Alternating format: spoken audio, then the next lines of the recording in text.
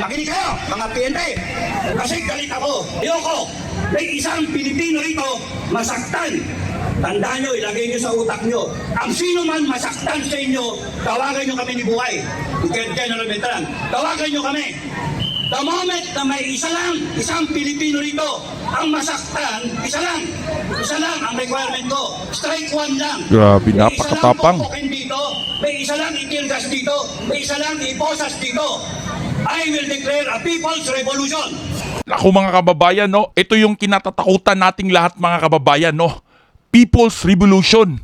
Nagbabala, no, at nagbanta itong si retired Captain Dado mga kababayan, no, at nagpaparinig na magsasagawa ng People's Revolution mga kababayan pagka may masaktang Duterte supporters na sumama dito sa kanilang rally suporta kay BP Sara mga kababayan. So napakatapang itong si Captain Dado mga kababayan, no, na nanindigan para kay BP Sara Duterte. Kung merong masaktan dito, babaklas ang buong Mindanao. Nako, kung may masaktan mga kababayan, no, babaklas ang buong Mindanao. Babaklas sila. Totoo yan. Ito yung kinatatakutan mga kababayan. Ninyo ng civil war, magkakaroon tayo ng civil war. Putangin na ninyo, tatakutin nyo kami. Ako, biglang nagdatingan yung mga pulis mga kababayan, no, dahil dito sa mainit na banta ni Captain Dado mga kababayan, no.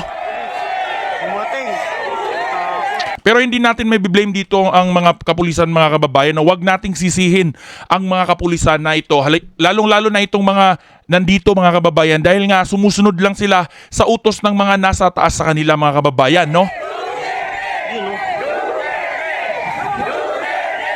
Duterte.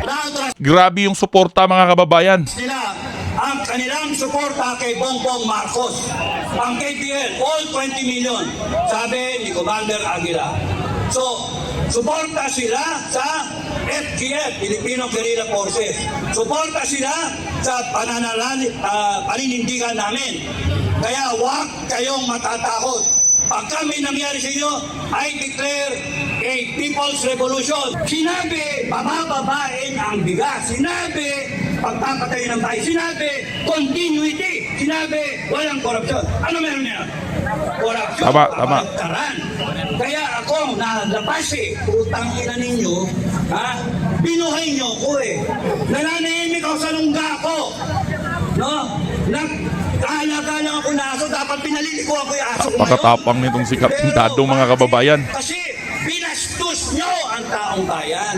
Binastos ang taong bayan. Tama itong sinabi ni Captain Dado mga kababayan. Dahil hindi lang si BP Sara ang binabastos ngayon ng administrasyon. Ang taong bayan na sumuporta at bumoto kay BP Sara Duterte mga kababayan sa pag-aakalang unity team, no? At ang nangyari nga mga kababayan nung nahalal na ay si BP Sara ito kasi mga kababayan, no? Kaya nila ginaganito si BP Sara mga kababayan dahil para sa kanila ay threat itong si BP Sara sa pagkapangulo sa susunod na eleksyon, dahil nga itong si Tamba Romualdez mga kababayan, no, ay may ambisyon na magpangulo. Kaya mga kababayan, kahit malayo pa ang eleksyon sa pagkapangulo 2028 pa mga kababayan, ay tinitira na at ginagawa na ng paraan nila na masira ang mga Duterte. Pero mga kababayan, dito makikita natin kahit anong gawin nila ay suportado ang mga Duterte ng taong bayan mga kababayan, no? Yun ang dahilan. Ngayon, ayokong mangyari yung ginawa sa KOJC. Ayokong mangyari yung inupakan ng taong bayan. Makinig kayo, mga PNP. Makinig kayo. Ayokong mangyari, mga AP, makinig kayo. Ayokong mangyari yung ginawa ng mga institusyon sa mga Pilipino. Huwag niyong gagamitin yung batas laban sa mga taong bayan. Makinig kayo kasi galit ako. Ngayon, ayaw ko na isa dito masaktan. Ayaw niyang may masaktan na mga Pilipinong nagpaabot lang ng suporta utak nyo. Ang sino man masaktan sa inyo, tawagan nyo kami ni Buhay. General Beltran, tawagan nyo kami.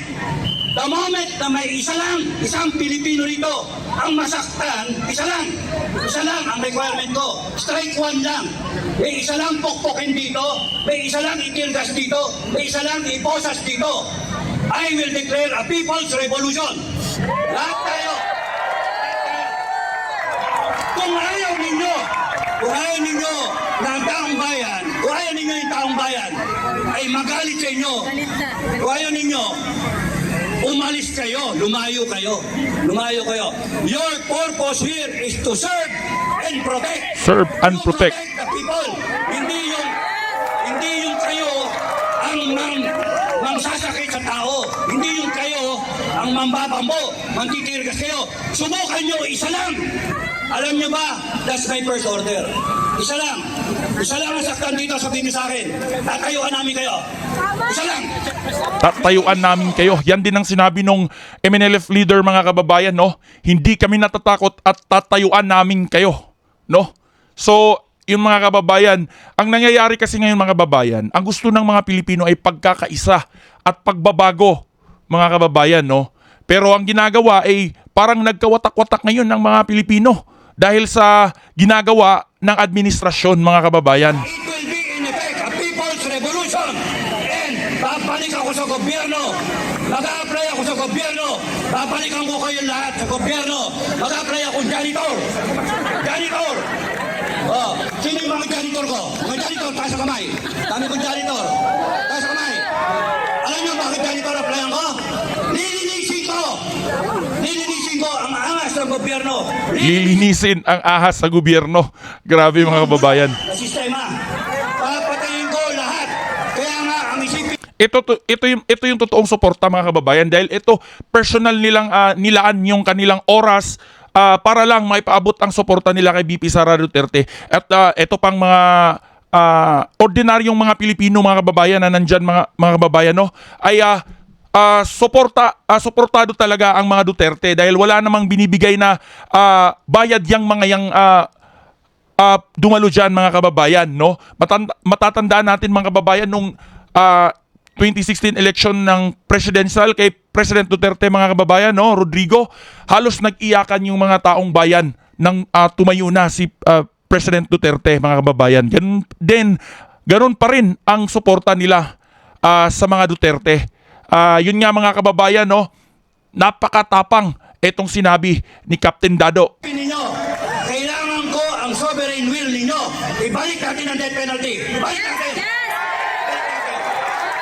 Sino man gumawa sa Ibalik inyo, ang death gawin penalty. natin. Ito rin ang sinabi ni Attorney Vic Rodriguez, mga kababayan, no, ang dating abogado ni Bongbong Marcos, na dahil nga kaya nga umalis siya doon sa gabinete ni PBBM, mga kababayan, dahil hindi niya na masikumura ang korupsyon, no? Kaya siya umalis doon, mga kababayan, at balak din niyang ibalik yung death penalty. At ang sabi niya, death penalty para sa mga korap na opisyal, mga kababayan. At ang sabi niya, ang tututo lang di umano dito ay yung mga korap. Dahil kung hindi sila korap, ba't sila tututol, mga kababayan, di ba? Gawin natin. Huwag kayong papayag. Huwag kayong papayag na upakan tayo. Mag-boycott ako. Huwag kayong papayag na upakan kayo. Huwag na huwag. Bansa nyo to. Bansa nyo to. Hindi kayo alipin sa bansa ninyo. Hindi kayo kriminal sa bansa ninyo. Ngayon, pangalawa. 3 araw ko nang pinipigilan ang FGF sa Mindanao. Kating-kating na sila. FGF, pinipigilan pala itong FGF, mga kababayan, no? So, hindi muna sila, pinipigilan silang magkaroon ng gulo. Dahil alam naman natin, mga kababayan, na suportado nga ng FGF, MNLF at iba pang mga grupo itong mga Duterte, mga kababayan. Kaya sinabi ko sa kanila, Hindi kasi nila hindi kasi nila matalo or hindi kasi nila mahigitan itong performance ng mga Duterte, mga kababayan. Kaya sila naninira na lang. Dahil ang mga Duterte, mga kababayan, ay nagsisirbisyo talaga ng tapat, no, at at damang-dama ito ng taong bayan. merong masaktan dito. Babaklas ang buong Mindanao. Pagbabaklas, ako po. Totoo yan. ng civil war, magkakaroon tayo ng civil war. Putangin na ninyo, tatakutin nyo kami. Tangin na ninyo, saan galing ang kapangyarihan? Saan? People of the People's Philippines. power, mga kababayan. People's revolution. Sino na- Ito rin ang sinabi ni MNLF leader, mga kababayan, no, na kung hindi kaya ni President Bongbong Marcos, no, na ayusin at i-align itong mga nasasakupan niya, no, na naninira ngayon, no, which is bayaran naman, katulad na nila, which is bayaran naman, ay mag-resign na lang siya, mga kababayan. Yun ang sabi ng MNLF leader. Nag-aproba ng konstitusyon? Taong bayan. Sino ang sumumpa sa konstitusyon? Presidente, down the line. AFP, PNP, Presidente, Vice President, Senator, Congressman. Naku, mga kababayan, nakakatakot ito. Eto nga, mga kababayan, no, kung napapansin nyo, mga kababayan, Renato Reyes, Trillanes, De Lima, at kung sino-sino pang mga dilawan, di ba kalaban nila ang mga Marcoses, mga kababayan? Pero ngayon, nagsanib puwersa sila dahil nga nagulat sila sa lakas ng mga Duterte. Threat na kasi sa kanila, mga kababayan. Kaya yung mga magkaaway ay nagsanib puwersa kahit hindi nila gusto ang isa't isa para ipatumba etong si VP Sara Duterte at mga Duterte. Lahat kayo sumumpa that you will uphold the Constitution. Anong ginagawa nyo? Bakit nyo binababoy? Tama ba na ang mandate ninyo ay kumampi kayo sa dagatik? Tama ba na kumampi kayo sa magdalakaw, sa mga boya? Tama. Yun. Kaya kung ako at kami, hindi kami pwedeng janitor para linisin. Mag-apply kami sa slaughter. Alam niyo yung slaughter? Kumakatay ng baboy! Kumakatay ng baboy. Upakan namin lahat. Baboy na, binaboy tayo. Eto, mga kababayan, no, sana wag naman mangyari ang gulo, mga kababayan, no, at itigil na lang siguro ang pamumulitika, no. Napakalayo pa naman ng 2028 presidential election, mga kababayan, no. At ngayon ay pinaghahandaan na nila, kaya itong sinisira na nila si VP Sara Duterte dahil alam nilang mananalo ito kung tatakbong presidente, no. So grabe, mga kababayan, napakaraming supporters talaga ang mga Duterte at wag sanang ituloy nila yung binabalak nila, mga kababayan, no, dahil paniguradong magkakagulo talaga. Kaya, tandaan nyo, mga kababayan, isa lang ang saktan sa inyo. Sinabi na nga ni dating Senador Bato de la Rosa, mga kababayan, no, na napakarami pa umanong Duterte supporters pero nananahimik lang muna, mga kababayan, dahil nga 4 na taon pa itong si President Bongbong Marcos, at kung sila nga'y pinag-iinitan, VP Sara, mga Duterte at mga kalyado ni Duterte, kung sila'y makikisaw-saw din, mga kababayan, ay pag-iinitan din sila. Kaya siguro pinipili na lang nilang manahimik, no? Isa lang. Why? Because sa FGF, ang aming simulain at ang aming usapan, we protect each other. It is about time that the Filipino people protect each other. We protect ourselves from tyrants, from magnanakaw, mga droga na yan, mga buhaya, at kung kayo, AFP at PNP, magpapagamit kayo sa mali na katuyan at gagamitin yung batas laban sa amin na kami naman ang gusto namin ipatupad yung batas na yan. Eh bakit nyo kami aawayin? Isa lang ang pukpukan nyo sa amin, isa lang masaktan. Pukpukin mo si Badong. Lahat kayo, lalabanan namin. Sino? Si Badong. Kawawa na ka, Badong. Wala si Badong. Para po, sir. Oh, Badong! Badong, pinapanood kita. Oh, pinapanood kita. PNP, ang una yung pukpukin. Ngayon, tama pa, pagka nakasakay kayo sa sasakyan, napagka-flat tire na, papaandarin niyo ba yung sasakyan? Hindi. Tama ba na ipipilit paandarin yung sasakyan? Kung sino man yung driver na yan, patatakbo yung sasakyan? Hindi. Anong gagawin? Normal. Ipapalit mo yung spare tire. Sino spare tire ngayon? Si Sara! Si Sara! Sara! Okay? Pagkapalpak yung inyong gulong na umaandar tayo, hindi pwedeng ipilit natin at kakabog-kabog na gayon. Ang buntis makukunan. Hindi pwede tayo makakaabot sa paroroonan natin kung ang ating gulong ay flat. Palit ang spare tire. Malulubak tayo. Ngayon, Madam Inday Sara, ang mga tao ayaw ng ganito. Ang mga tao, ang gusto ng taong bayan, tapusin natin to. Bukas, pagka araw ni Bonifacio, Dami tao. lumaban tayo, tumayo tayo. Pagka kayo pinukpok, mag-declare na ako ng People's Revolution, bumalik kayo, may dala-dala kayong itak, bolo, baril kung gusto ninyo. We will protect ourselves. We will protect ourselves. Naku po, huwag naman sanang mangyari yan mga kababayan, no? Tanging kwento ko. Makati. At wag sanang pahintulutan ng Pangulo na mangyari yan mga kababayan, no? Yun nga, kung sincero siya sa sinasabi niya na hindi niya suportado ang impeachments, pwede nang ipatawag yung mga nasa likod ng pagpapa-impeach at sabihan niya mga kababayan na wag nang ipilit dahil malaking gulo talaga ang mangyayari mga kababayan dahil hindi papayag ang mga sumuporta kay BP Sara Duterte lalong-lalo na ang mga leaders ng iba't ibang grupo, no? Na mangyari iyan.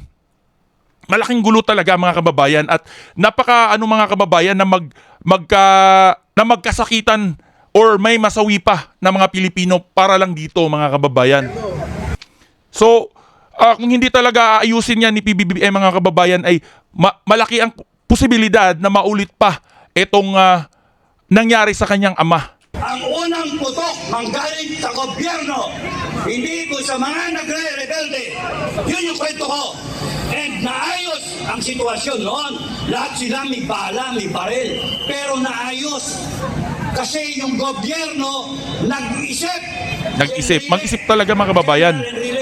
Dapat pag-isipang mabuti ni President Bongbong Marcos ito. Sobrang tapang niya sa mga kapwa Pilipino pero itong pananadya ng mga China na nang aagaw ng ating teritoryo ay wala lang silang imik, no mga kababayan, tapos pag mga Pilipino inaano nila. Tanggalin yung baril, tanggalin yung magasin ng baril. Kaya kayo na matino sa gobyerno, mag-isip kayo. Tanggalin ninyo yung bala ninyo. Tanggalin nyo yung isip ninyo na uutusan ninyo na sasaktan ng taong bayan. Kami mga Pilipino, tatayuan namin kayo. Ang saba, gusto kong i-announce na ang KBL under the leadership of Commander Aguila, Rodel Dupaya, aka Commander Aguila from Cagayan, yung organisasyon ng KBL ay kilusan ng mga bagong leader sa Pilipinas mula Luzon, Visayas at Mindanao. They are 20 million. And sinabi sa akin, sabihin sa inyo, nadidinig mo ito, Governor. Nadidinig mo ito, Commander Aguila. Alam ni Marcos to. Sinasabi nila na sila, they are na-address nila ang kanilang suporta kay Bongbong Marcos. Ang KPL, all 20 million, sabi ni Commander Aguila. So, suporta sila sa FGF, Filipino Guerrilla Forces. Suporta sila sa paninindigan namin. Kaya huwag kayong matatakot. Pag kami nangyari sa inyo, I declare a People's Revolution. Bumalik kayo dito, mag-armas kayo. Bumalik kayo, may kutsilyo, itak, bamboo. Nakakatakot ito mga kababayan. So ayun mga kababayan, no, napakatindi at napakabangis at nakakatakot itong babala ni retired Captain Dado mga kababayan, no, na nagpunta nga dito sa rally ng mga supporters ni BP Sara Duterte at nagpaabot ng suporta, no, pag against sa ginagawa ngayon sa mga Duterte. So ikaw kabayan, no, i-comment mo rin yung reaction mo dito mga kababayan, ipaabot mo rin ang iyong opinion sa mga nangyayari sa ating bansa ngayon at sa mga ginagawa laban sa mga Duterte, mga kababayan. Huwag mo rin kalimutan na i-share ang video na ito, mga kababayan, no? Para mapanood ng marami pang Pilipino saan man sulok ng mundo. Mag-ingat kayo lagi, mga kababayan, at hanggang sa susunod natin na video.